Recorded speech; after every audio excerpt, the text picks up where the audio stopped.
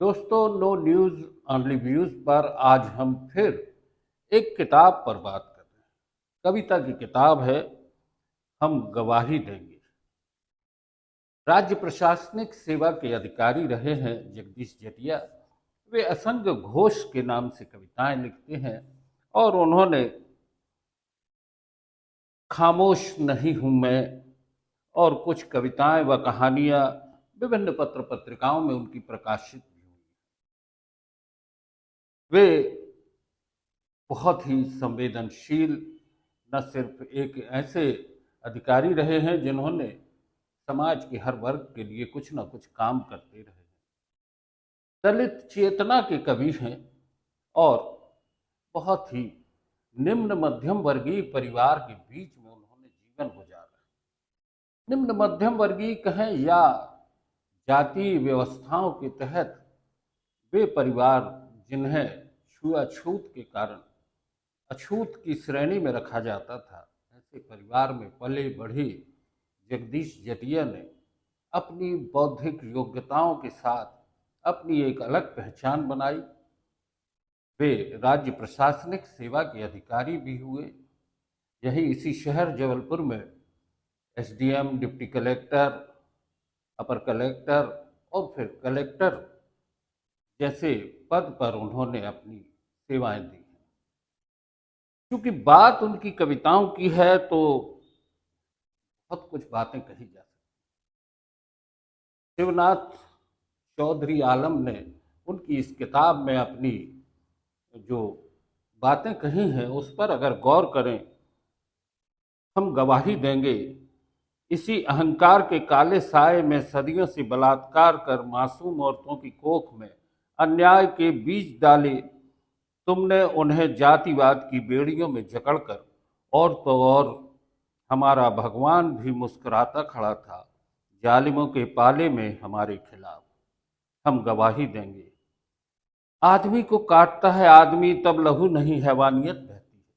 इस तरह की कविता के तेवर और फिर हम गवाही देंगे। आइए हम उन्हीं की कविता उन्हीं के शब्दों में त्यों की त्यों आप तक पहुंचाने का प्रयास करते हैं। शब्द उन्हीं के हैं, स्वर हमारा हो सकता है, आपका हो सकता है, क्योंकि कविता आप सबके पास है। कविता कवि के बाद सार्वजनिक हो जाती है और उसकी भावनाएं लगातार आपका पीछा करती हैं, वे संवेदनाएं आपको झकझोरती हैं। तो प्रस्तुत है कविता हम गवाही देंगे। हाँ, हम गवाही देंगे। घोर अंधरात्रि के इस निस्तब्ध समय में शायद मौत चली आ रही है, चुपचाप दबे पांव गली के मुहाने से मेरे घर की ओर। अनजाने भय से ग्रस्त आंखें टकटकी लगाए दरवाजे की ओर लगातार ताकती, या कोई वहम तो नहीं है मेरा। एकाग्र हो मेरे कान सुनने लगे हैं अजीब सी पदचापें। पदचापें दरवाजे के समीप हाथों में मशालें लिए खामोश हूं। हाँ, यह मेरा वहम नहीं। घर के बाहर मशाल की लौ में चुपचाप खड़ी साक्षात मौत ही है, अकेली नहीं, साथ में तेरा भेजा कहर भी है, जो अब बरसने लगा है कनस्तरों से आग बनकर। हमारी झोपड़ियों पर तेरी बंदूकें उगलने लगी हैं मौत। लेकिन अब भ्रम में न रहो कि हमारे पास कुछ नहीं, हम निहत्थे ही सही सामना करेंगे। हम निहत्थे ही सही सामना करेंगे तुम्हारी लाठी गोलियों का। बच गए तो गवाही देंगे तुम्हारे खिलाफ कचहरी में। अंधे कानून से न्याय मांगने हम सब निहत्थे ही सामना करेंगे। हाँ, अभी तो निहत्थे ही।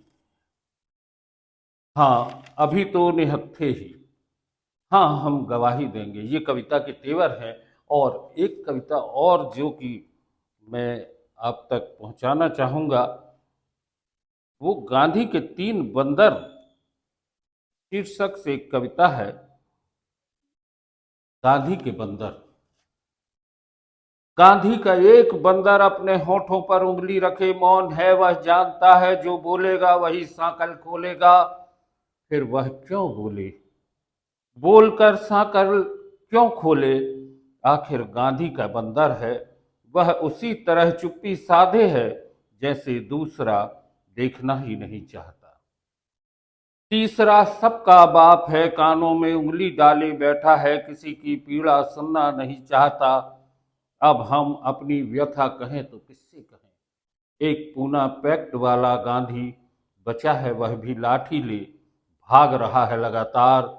कहीं थोड़ा रुके तो कहें उसके अनुयायियों के बारे में, तीनों बंदरों के बारे में, देश के बारे में, उसके भागने के बारे में, आखिर रुकी तो सही।